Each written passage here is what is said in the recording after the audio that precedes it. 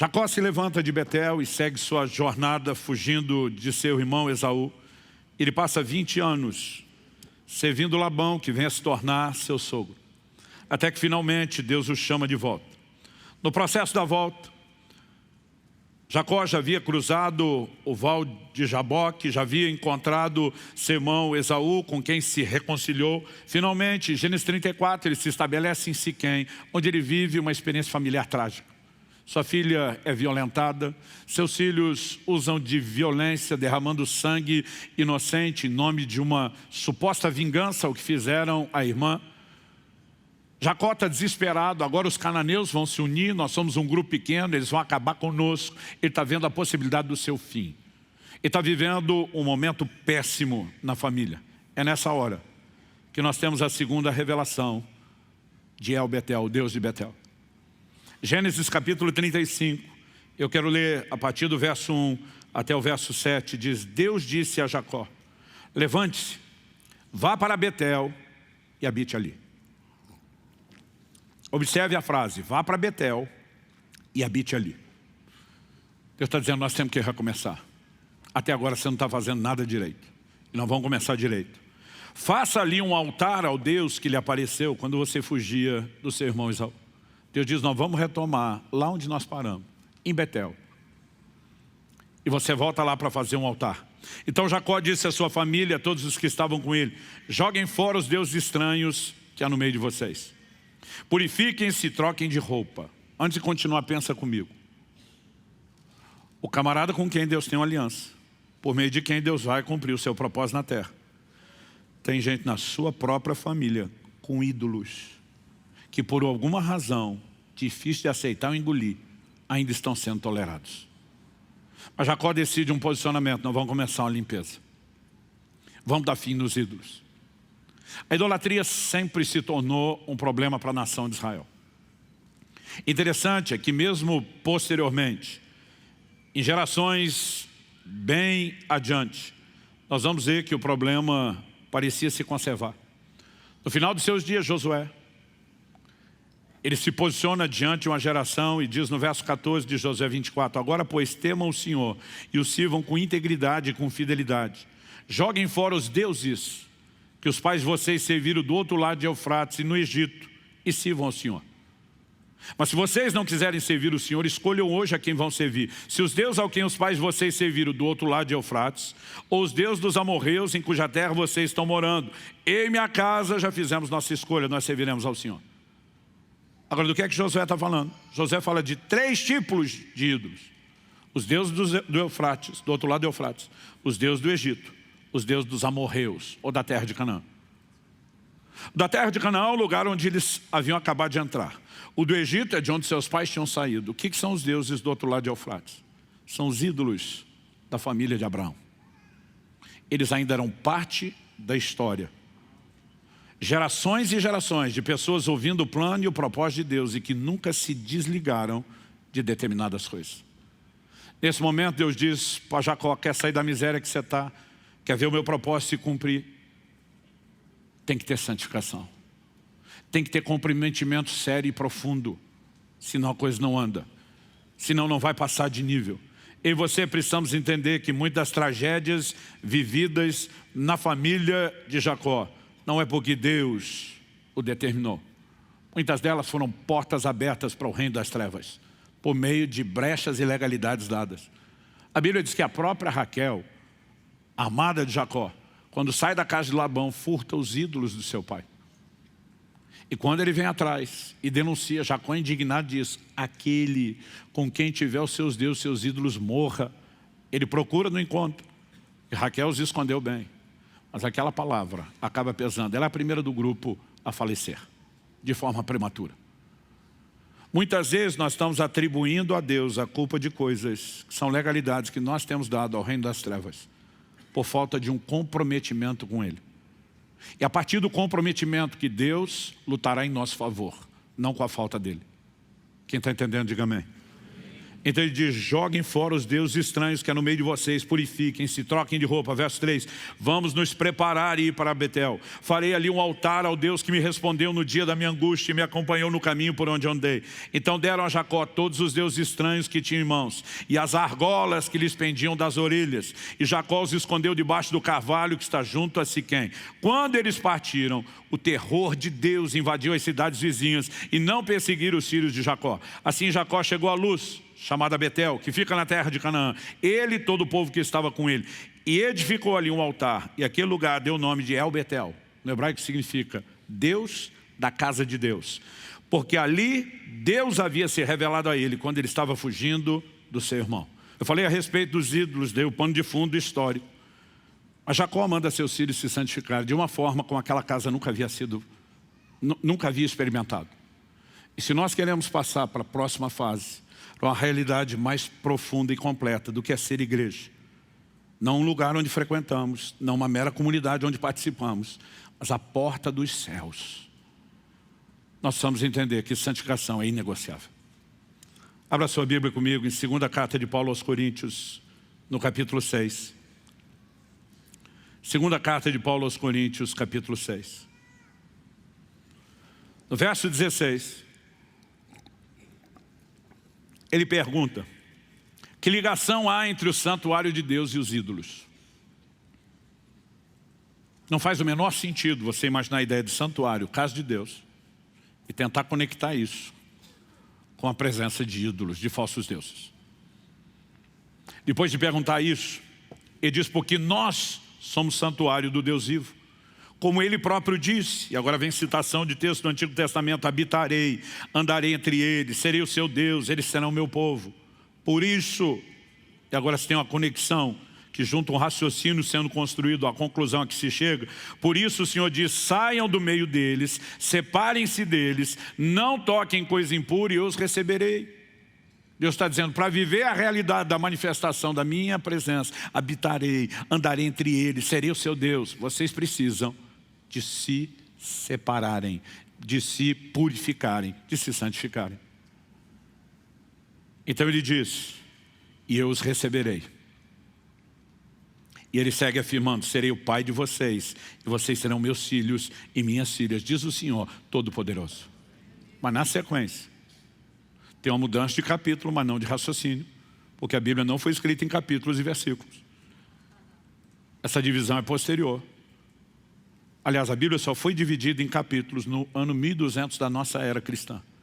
300 anos depois, dividida em versículos, quando o Brasil já tinha sido descoberto. Essa divisão aconteceu posteriormente só para nos ajudar a achar. E a gente precisa parar com essa mania de mudou o capítulo, mudou o assunto.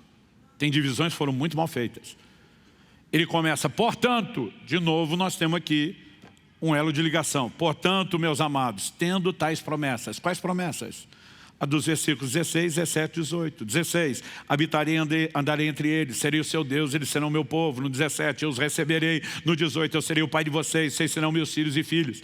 Tendo tais promessas, todas elas falando de comunhão, de intimidade, de poder desfrutar a presença dele.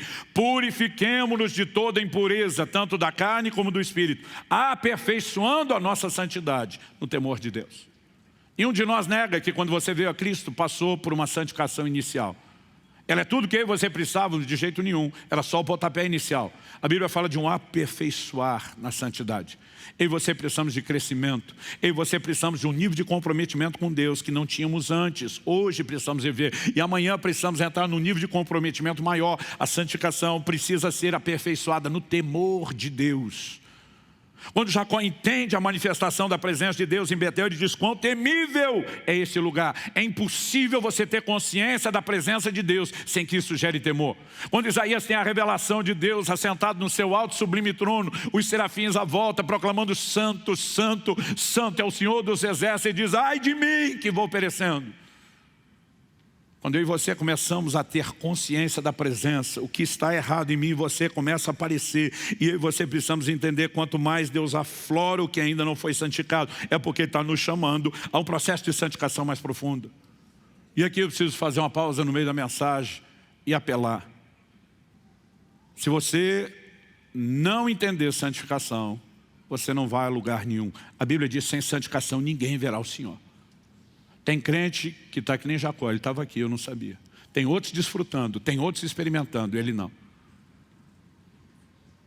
E o que eu disse que eu vou apelar é o seguinte: não tem como você viver santificação sem entender a doutrina bíblica, sem ser alimentado pela fé que só a Bíblia pode te promover para que você viva o que precisa ser vivido. Romanos 1,17 diz que a justiça de Deus se revela no Evangelho de fé em fé. Não é fé só para conversão. Tudo que nós vamos experimentar, toda a santificação depende de fé. Como que eu e você temos fé? A Bíblia diz a fé vem por ouvir, e ouvir a palavra de Cristo. Nós estamos anunciando, dia 4 de outubro, uma overdose de ensino sobre santificação. Mas tem crente olhando para isso, dizendo, eu não preciso. Digo, não precisa mesmo, nem da presença de Deus que você poderia ter se santificasse. Se isso não é importante para você, Deus não é importante para você. Porque a gente luta e corre atrás de um monte de coisa que alegadamente são importantes. E aquilo que deveria ser essencial, a gente não devota tempo. Um irmão falou para mim outro dia, eu já fiz 105 edições dessa conferência da Graça Transformadora. Falei outras 8 vezes fora da minha conferência, já um total de 113 vezes, a mesma coisa. Um irmão falou para mim quando eu passei de 50, que dó de você, pastor. Falei, dó de mim por quê? Você acha que é um castigo ficar repetindo as mesmas coisas? Falei, quando eu repito, minha informação não aumenta, mas a minha convicção fortalece. Eu falei, eu não sei se Deus mandou eu rodar esse Brasil todo por causa dos outros ou por causa de mim. Porque quanto mais eu bato na mesma tecla, esse negócio está me enlouquecendo, está me surtando, o nível de fé vai subindo, vai crescendo. Olhei para aquele cara e falei, dó de tu, que mal ouviu uma vez e acha que não precisa de mais nada. Eu quero ser honesto com você nessa manhã. Você quer ir longe em Deus, vai ter que mexer o corpinho, vai ter que entender os princípios, vai ter que corresponder com Ele. Senão você vai estar confinado a um lugar de mediocridade. Então a Bíblia diz, se nós queremos essas promessas, temos que nos purificar de toda impureza, tanto da carne como do espírito, aperfeiçoando a nossa santidade no temor do Senhor. Pastor, qual o resultado de aperfeiçoar a santidade? Depois que eles jogaram fora os deuses, depois que eles fizeram a limpa dentro de casa, o que é que Gênesis 35 nos diz que aconteceu? A Bíblia nos afirma de uma maneira muito clara, ali no verso 5, a Bíblia diz, quando eles partiram, o terror de Deus invadiu as cidades vizinhas e não perseguiram os filhos de Jacó. Como é que o capítulo 34 termina? Termina com o penúltimo versículo 30, Jacó dizendo aos seus filhos, Simeão e Levi, que haviam matado os homens de Siquém, vocês me criaram um problema, me fizeram odioso entre os moradores dessa terra, entre os cananeus e os ferezeus. Como somos pouca gente, eles se reunirão contra mim, serei destruído, eu e minha casa. Capítulo anterior termina com Jacó debaixo do terror dos inimigos, assustado com eles. Mas depois da santificação, a Bíblia diz, não, agora o jogo mudou. O terror de Deus é que cai sobre os inimigos. Eles é que estão com medo de se meter com aquele povo santificado, porque é um Deus que os defende. Preste atenção, muitos de nós estamos vivendo no terror que o inimigo joga sobre nós e com as coisas que ele tem conseguido colocar dentro da nossa vida por falta de santificação. Mas quando nós passamos a viver o processo de santificação, o jogo muda. Deus é que vai tocar o terror no inimigo. Jesus diz, quer entender como funciona a minha casa, edificarei a minha igreja, as portas do inferno não prevalecerão. Não tem que ter medo do inferno, o inferno tem que ter medo da gente. A Bíblia diz que aquele que está em nós ainda é maior do que aquele que está no mundo. O crente que se aperfeiçoa na santidade, ele passa a viver não no terror do inimigo, ele passa a tocar o terror no inimigo. E sabe, os resultados é que o sobrenatural vem, e como diria o mineiro do interior, vem com força. Deus está nos chamando a passar de fase. Deus está nos chamando ao novo tempo. E a escolha se vamos corresponder ou não, pertence a cada um de nós. Eu particularmente tomei uma decisão. Anos atrás ouvi uma frase que é atribuída a Stephen Olford. Ele diz, a espera de um avivamento coletivo não deveria ser a desculpa para não viver um avivamento pessoal. Eu tenho dito para Deus, enquanto estou esperando o seu povo, eles estão demorando. Eu estou indo na frente. Eu vou viver primeiro. Mas honestamente, eu não gostaria de ser o cara que vive o avivamento pessoal e tem vocês como testemunho. Eu gostaria de viver isso com vocês. Agora eu vou dizer, com ou sem vocês, estou indo. Quem quiser vem junto. Há um grito do coração de Deus. Nós estamos vivendo a estação profética. Eu creio que é tempo de passar de fase, de amadurecermos o conceito do que é ser igreja, de pararmos de brincar como se fosse meramente um clube de interesses. E nós precisamos nos conectar a esse glorioso projeto que nos foi confiado. E só uma resposta para isso: entrarmos no lugar da comunhão, da intimidade, por meio da santificação. Usamos a porta do céu para tomarmos os recursos e trazemos dos céus sobre a terra a manifestação da vontade de Deus, das leis de Deus, do governo de Deus, da autoridade de Deus sobre a nossa vida e sobre as pessoas que estão à nossa porta. E aí nós vamos ver Deus tocar o terror no inimigo, em vez da gente viver do terror do inimigo. A Bíblia diz: resistir ao diabo e ele fugirá de vós. Enquanto nós podemos botar o diabo para correr. E como que isso acontece? Primeiro o texto diz: sujeitai-vos, portanto, a Deus. E resistir ao diabo, ele fugirá de vós. E você só temos força para botar o inimigo para correr quando nos sujeitamos a Deus. Agora tem uns crentes que não estão sujeitando a Deus. Eles botaram o inimigo para correr de um outro jeito. O cão está correndo atrás deles e eles estão fugindo o tempo todo. Eu prefiro botá-lo para correr de nós, não atrás de nós. Você recebe essa palavra em nome de Jesus? Feche seus olhos por um instante, vamos orar. Eu creio que avivamento e reforma caminham juntos. Nós vemos isso na Bíblia e na história. Não há avivamento sem que haja ajuste, sem que haja alinhamento aos princípios de Deus. Em Atos, no capítulo 3, a partir do verso 19, Pedro chama as pessoas ao arrependimento, à conversão e diz: para que venham os tempos de refrigério. Tempos de visitação de Deus só vem depois de arrependimento e ajuste. Mas ele não fala só dos tempos de refrigério.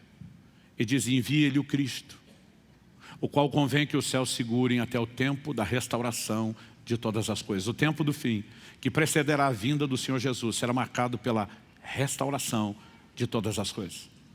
Se nós queremos viver a glória que a igreja do livro de Atos experimentava no seu início, nós precisamos restaurar a conduta, as práticas, os princípios, porque não há avivamento sem reforma. E eu gostaria que você pudesse ter um momento de oração agora, colocando diante de Deus a sua vida, honestamente se avaliando, se questionando e se perguntando: estou levando o conceito de igreja e de casa de Deus a sério? Ou talvez eu só estou brincando de ser crente? Talvez seja a hora de olhar para a sua própria vida e perguntar: que ídolos ainda permanecem na história da minha vida, que não foram entregues, que não foram renunciados, que não foram descartados, que não foram abandonados no meio do caminho? Que tipo de mudança e preparação eu preciso para ir a Betel, levantar um altar e não apenas desfrutar da presença, mas exercer sacerdócio? O que eu preciso para sair do lugar onde, em vez de viver o terror do inimigo, Deus é que vai tocar o terror nos inimigos? Coloca a sua vida diante de Deus. Espírito Santo, nós pedimos o seu auxílio nessa hora. Nós pedimos a tua orientação e aplicação personalizada da tua palavra. Eu sei que o teu propósito nessa manhã não é colocar nenhum de nós debaixo de culpa ou condenação, não é nos julgar nem pelo passado, nem pelo nosso presente, mas nos apresentar uma nova proposta de futuro. Um futuro glorioso que como igreja podemos viver, com a porta dos céus não apenas aberta e escancarada, com intervenção angelical, talvez no nível nunca antes experimentado, com as forças do céu invadindo a terra para que o teu reino se estabeleça por meio de nós, não apenas em nós. Pai, nós queremos viver o cumprimento do teu propósito, mas sabemos que há necessidade de ajuste. Te agradecemos a tua insistência persistente, amorosa, lutando para ter tudo de cada um de nós. E nós queremos que esse possa ser um momento não único, mas o começo de uma nova fase, de um novo tempo de rendição, de entrega, de santificação ao Senhor. Nós queremos a tua glória, nós queremos a tua presença, nós queremos os céus prevalecendo sobre a terra. Queremos não apenas estar junto à porta dos céus, queremos desfrutar, Senhor. Queremos sair do lugar de ignorância onde Jacó estava quando disse: ele estava aqui, eu não sabia. Entrar no lugar onde podemos experimentar quem o Senhor é. Queremos entender o Senhor dizendo: eu sou o Deus de Betel, o Deus que decidiu levantar uma casa a partir de Cristo, a pedra ungida, de edificá-los como pedras vivas sobre ele. Nós queremos ser do mesmo material e da mesma composição que a pedra fundamental. Nós queremos ser parecidos contigo, nós queremos viver santidade. E queremos ver a glória e a autoridade, o poder do Teu reino restauradas e fluindo de forma desobstruída na Tua casa. Clamamos por um novo tempo nessa casa, um novo tempo nas nossas vidas, onde a frutificação, a marca da multiplicação esteja presente como resultado de uma presença que foi cultivada e atraída por meio de entrega e de santificação.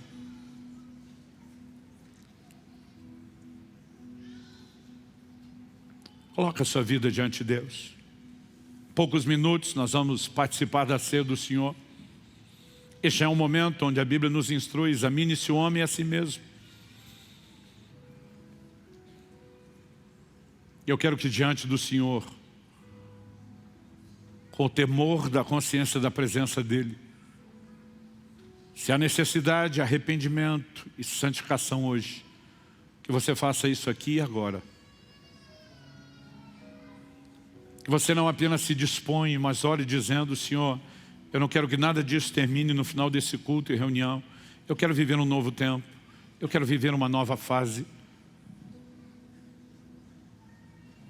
Eu quero experimentar a Tua presença se manifestando nesse lugar chamado a porta dos céus, a Tua casa.